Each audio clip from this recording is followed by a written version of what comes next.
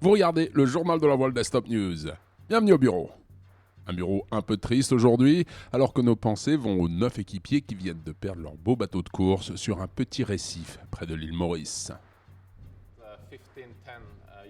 À 15h10, UTC Vestas Wind contacte la direction de course et nous informe qu'ils se sont échoués sur un récif de l'archipel de Saint-Brandon, à peu plus de 200 milles nautiques au nord-est de l'île de Maurice. Étant le bateau le plus proche, le team Alvi Medica est immédiatement détourné par la direction de course et se précipite sur zone pour porter assistance aux naufragés. Nous sommes en contact régulier avec Vestas et nous suivons de très près l'évolution de la situation. On est prêt à les aider. Cependant, l'endroit du naufrage est une zone à haut risque et Alvi Medica doit être très prudent dans son approche, comme l'explique le navigateur Will Oxley. En accord avec Nico, nous sommes allés de l'autre côté du récif, là où il y a un lagon. On a affalé nos voiles et on est rentré dans la lagune en moteur tout doucement en surveillant les sondeurs. Ceci afin de nous approcher le plus possible. On distingue le flashlight de leur radeau de survie et eux peuvent voir notre feu de thé de main. Nous savoir ici doit le soulager. Pour les 9 membres d'équipage, passer la nuit accrochés à un bateau qui est en train de se faire marteler par les vagues a dû être une des plus longues nuits de leur vie. Il n'a jamais été dans mon intention de quitter le navire en pleine nuit.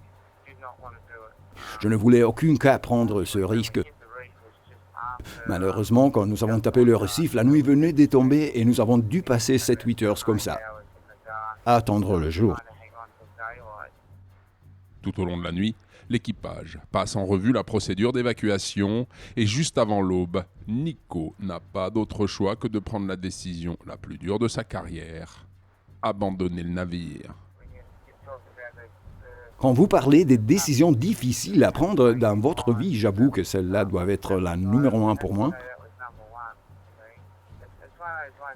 Ok, d'accord, on a tapé un récif et nous avons subi des énormes dégâts, mais ma préoccupation principale était que l'équipage puisse rester accroché au bateau et gagner du temps afin que la situation s'améliore.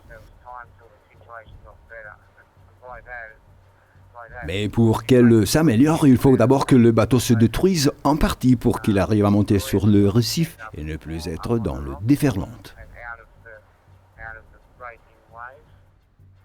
Alors que les naufragés sont sur leur récif perdus au milieu de l'océan Indien, et même si c'est très improbable, on ne peut qu'espérer revoir ce beau bateau bleu retourner sur la course dans les plus brefs délais.